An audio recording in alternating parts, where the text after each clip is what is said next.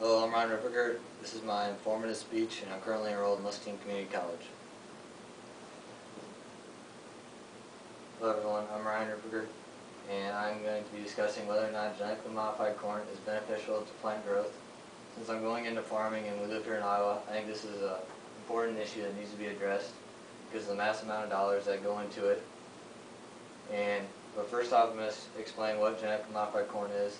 It's essentially a bioengineered plant that pretty much takes a bunch of traits and throws it into a regular plant so that it's able to withstand anything that Mother Nature throws at it, and pretty much able to withstand drought, a ton of moisture. It's also Roundup resistant, so that you can spray it without killing it.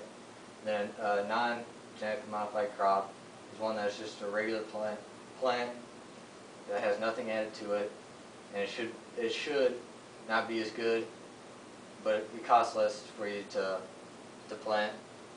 And my own opinion is that non-GMO corn is just as good as genetically modified corn because I think it yields about the same and you pay less. And I interviewed Brian Pargo, Pioneer Seed, and he says that you can buy a bag of this that is genetically modified corn and it costs $300, and you only get to plant 2.2 acres, but then you can plant a bag of this of non-GMO for $150, and you can still plant 2.2 acres, but it costs you $50 less, and if you have thousands of acres, that adds up pretty quick to over hundreds of thousands of dollars. And also, I read online, according to the organic report and non-GMO report, that a farmer planted non-GMO corn that outproduces GMO corn by 15 bushels, and the seed dealers didn't like that, so they took the product off the market so that they wouldn't lose money. Like things like that.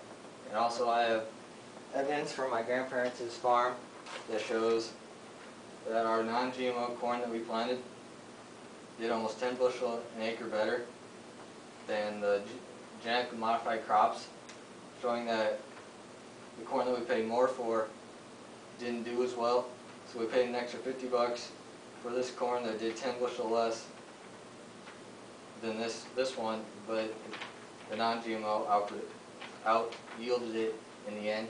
So I think that there needs to be something looked at as to why the non-GMO is doing just as good as the genetically modified corn.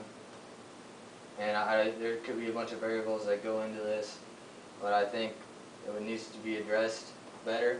I think that just needs to get out there more, be more informed, because young people like me aren't going to be able to afford the high price of high genetically modified crops, and still not going to do as well for us. And that's